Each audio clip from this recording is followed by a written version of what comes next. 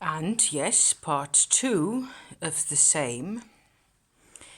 So here I have reorganized the minor cards, the minor arcana of the ceremonial Della Rocca contraption that I made, according to both astrological signs and planets.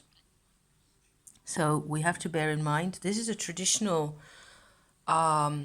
distribution of planets according to signs in this way, which I'm studying to try and figure out whether there's any particular, reason that might be figured out why it is like this. And of course, there isn't any Uranus, Neptune, Pluto in the setup because they didn't work with those planets back when this was first set up. So here goes. What we get is actually a repeating pattern, which I think is rather fascinating. Starting at the top, Sun, Moon, Mercury, Venus, Mars, Jupiter, Saturn, like so. Those are our planets that we work with.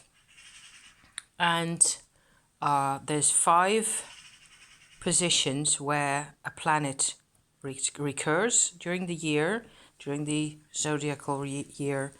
And for Mars, there's one more, 6. So that's how you end up having this kind of a lineup here, where apparently the sign of Aries has a sort of a presence that includes the Sun, Venus, and Mars.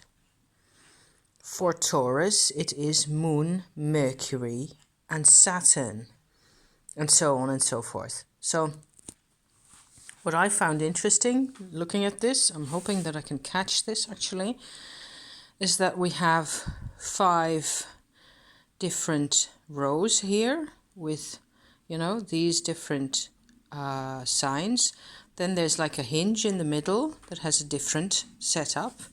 And then we start off again with the same Sun, Mars, and what was it? Venus and Mars, these 2, for the sign of Scorpio.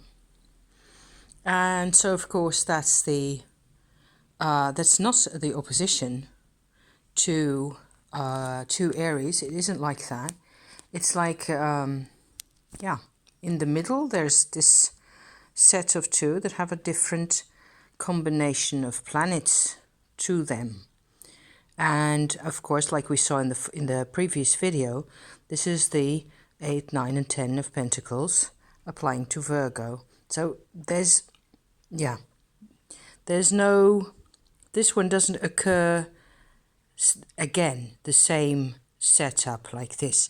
For Virgo, you would have Mercury, Venus, and Sun, like that. I'm not sure, maybe it's just arbitrary even, but the pattern does repeat itself perfectly.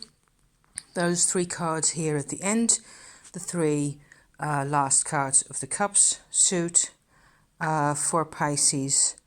They're actually Mars, Jupiter, and Saturn cards here. And so what it says on the card is Mars in Pisces, Jupiter in Pisces, and Saturn in Pisces, right? So I suppose I should have, you can't really put them in order because this is just going to be 8, well they are in order, 8, 9, 10, like that. Yeah, so some of these positions are traditionally considered to be more fortunate than others, and that shows in the names also. Here is the other set of 3 at the bottom that has 5, 6, and 7 of Wands, where Saturn in Leo is thought to represent strife. It's just one manifestation of the thing. I don't know. I suppose this may be of interest to somebody who does astrology more or less at the same level of intensity as they do tarot. So, but any deck that has astrological references in it like this, I will consider that to be an extra source of information, right? So, of course, I should have looked at the different sets that we get, because that will be another indication as to why this is the way it is, because there's like the first, second and third set of 3, right? Because the aces aren't in this.